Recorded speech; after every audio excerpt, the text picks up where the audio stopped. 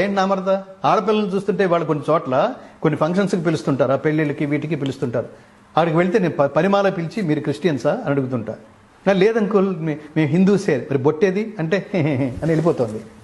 ఫ్యాషనా? ఏదైనా ఉంటే ప్లస్, లేకపోతే మైనస్ కదా. ఇదేం దరిద్రం అది? బట్టలు ఉంటే ప్లస్, లేకపోతే మైనస్.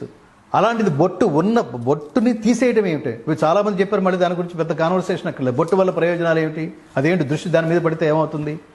ఈడా పింగళ అనే 2 నాడుల మధ్యలో జ్ఞాననాడిని చైతన్యం చేయడం కోసం బొట్టు అలా పెడతామే.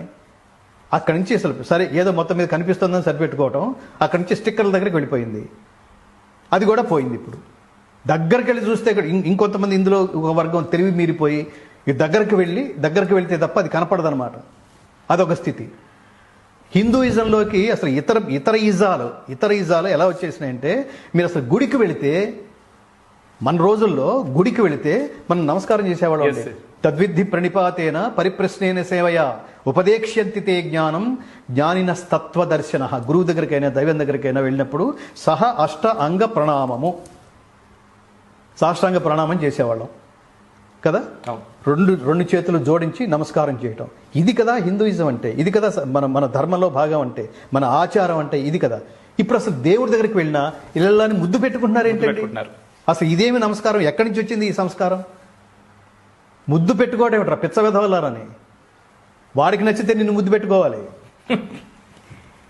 ఈ ముద్దు పెట్టుకోవడం ఇట్లా అంటున్నారు. అది ఎక్కడి నుంచి వచ్చింది? అది భుజాలు తడుపుకోవటం ఏమిటి?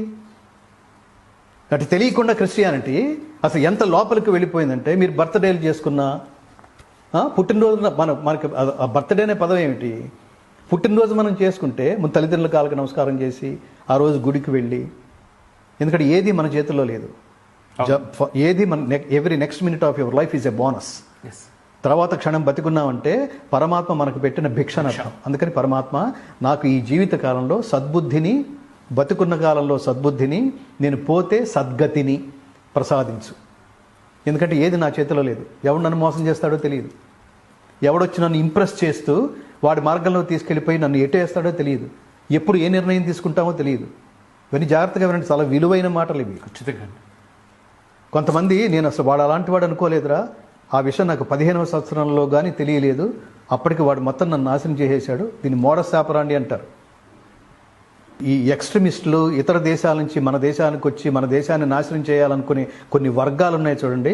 వాళ్ళు గవర్నమెంట్ వ్యవస్థలోను, ప్రభుత్వ వ్యవస్థలోను, ఇతర వ్యవస్థలో బాగా పాతుకుపోయి ఉంటారు. వాడు నువ్వు తప్ప నాకు జీవితం లేదు అని వాడి మీద మనం పూర్తిగా ఆధారపడే స్థాయికి మనం తీసుకెళ్ళిపోతాడు. వాడి మోడస్ ఆపరాండి, వాడి ఆపరేషన్ ఏంటంటే 11 సంవత్సరాలు ఇలాగే నమ్మకంగా ఉంటాడు. 12వ సంవత్సరం జనవరిలో వేసేస్తాడు. ఈ గ్రూప్ అంతా అలాగే చేస్తుంది.